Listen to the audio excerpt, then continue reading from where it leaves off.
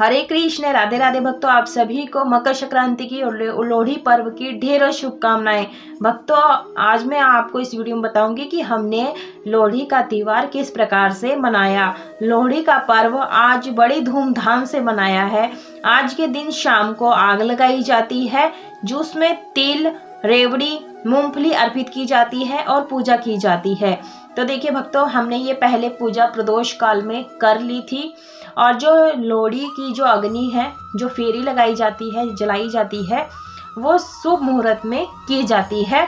तो हमने शुभ मुहूर्त में किया था। शुभ मुहूर्त रात 8:15 पर था। तो मैं वो भी विधि बताऊंगी। तो हमने यहाँ इस प्रकार से पूजन किया है लोहड़ी पर्व की। तो भक्तों, इस दौरान सभी एक दूसरे से गले मिलकर लोहड़ी की बधाइयाँ देते हैं। लोहड़ी को सर्दियों के जाने और बसंत के आने का संकेत भी माना जाता है। यह त्योहार पंजाब और हरियाणा के कई लोग इस त्योहार को बड़ी धूमधाम से मनाते हैं। तो देखिए, जो ये पूजन विधि है, ये हमने की थी, सभी परिवार वाले मिलकर के इस पूजन को किया था।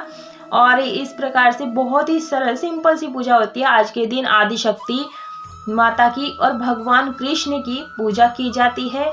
सरसों के तेल का या तिली के तेल का दीपक जलाया जाता है, जो कि मैंने डिटेल में वीडियो पहले से डाली हुई है, आप चेकआउट कर सकते हैं। तो देखिए, हो गए शुभ मुहूर्त के समय पर हमने ये लोहड़ी, जो ये लकड़ियां हैं, लकड़ियों का ढेर लगा लिया है। जिस प्रकार से हम होलिका दहन करते हैं ना, सेम उसी विधि से हमने यहाँ लोहड़ी की स्थापना की है। पौष मास के अंतिम दिन सूर्यास्त के बाद यानी माघ संक्रांति की पहली रात को लोहड़ी का त्योहार मनाया जाता है।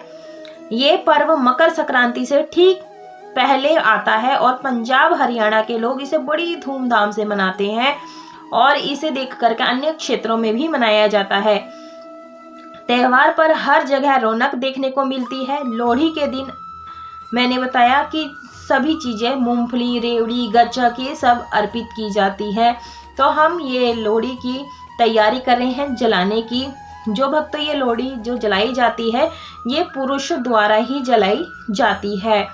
तो भक्तों, इस प्रकार से हमें ये तैयारी करनी होती है। आप ये तैयारी दिन में कर सकते हैं, शाम को सिर्फ आप अग्नि प्रज्वलित कर करके आप यहाँ पर जला सकते हैं। इसमें बच्चे, बूढ़े सभी शामिल होते हैं इस उत्सव में।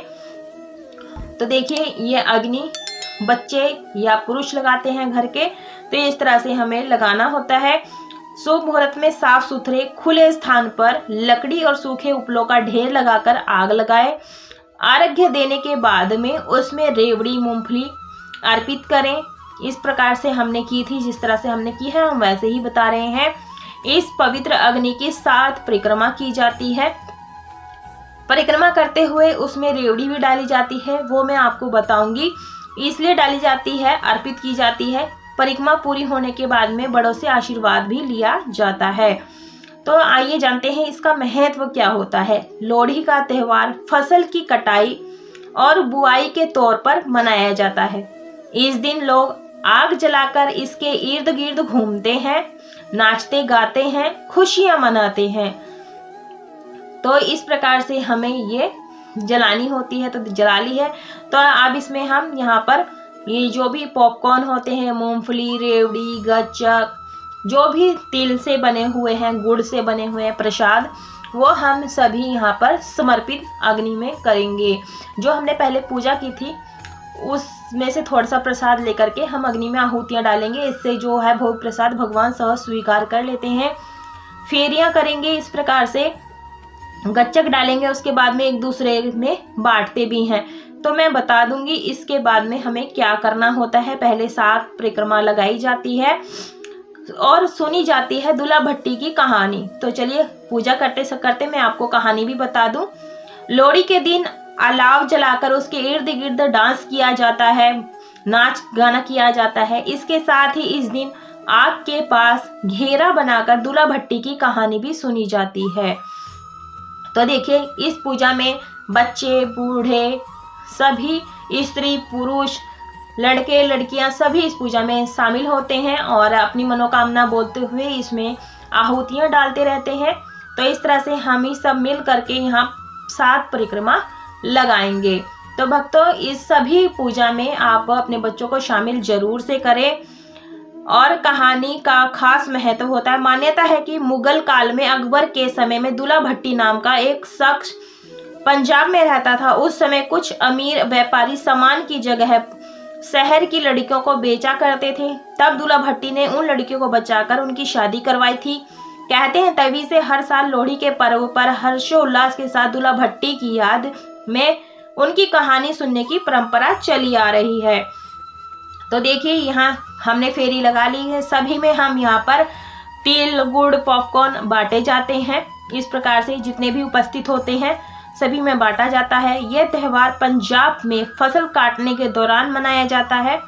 लोहड़ी में इसी खुशी का जश्न मनाया जाता है। जिस प्रकार हमारी सबसे साल की पहली जैसे दिवाली होती है हमारे लिए, वैसे पंजाब हरियाणा में सिखों के लिए पहली दिवाली होती है। तो इस तरह से मनाया जाता है। इस दिन रबी की फसल को आग में समर्पित करके सूर्य देव और अग्नि देव का आभार प्रकट किया जाता है। आज के दिन किसान फसल की उन्नति की कामना करते हैं और आने वाला सुखमय हो साल, इस तरह से प्रार्थना करते हैं और खुशियों से हर्षोल्लास के साथ धूमधाम के साथ यह त्यौहार मनाया जाता है। तो भक्तों इस तरह से हमें सभी को मिलजुल करके हर त्योहार खुशी खुशी मनाना चाहिए।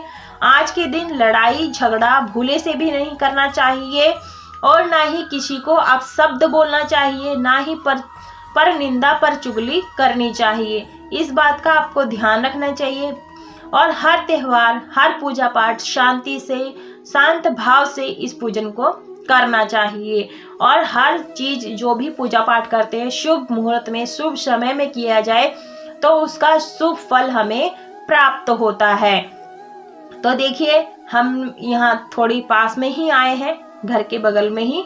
यहाँ पर भी हमें बुलाया गया था तो हम यहाँ पर भी शामिल हुए इनकी पूजा में, क्योंकि ये त्योहार मिलजुल करके मनाने वाला होता है।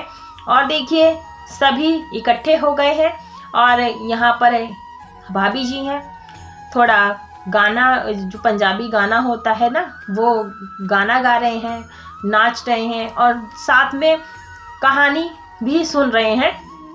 तो इस तरह से हमें खुशियों के साथ इस त्योहार को मनाना चाहिए। भक्तों आज के दिन हमेशा सात्विक भोजन ग्रहण करना है। जैसे कि कोई भी त्योहार होता है, शुभ दिन होता है, उस दिन खास दिन में हमें तामसिक भोजन का सेवन नहीं करना है, ना ही मांस मदिरा को हाथ लगाना है।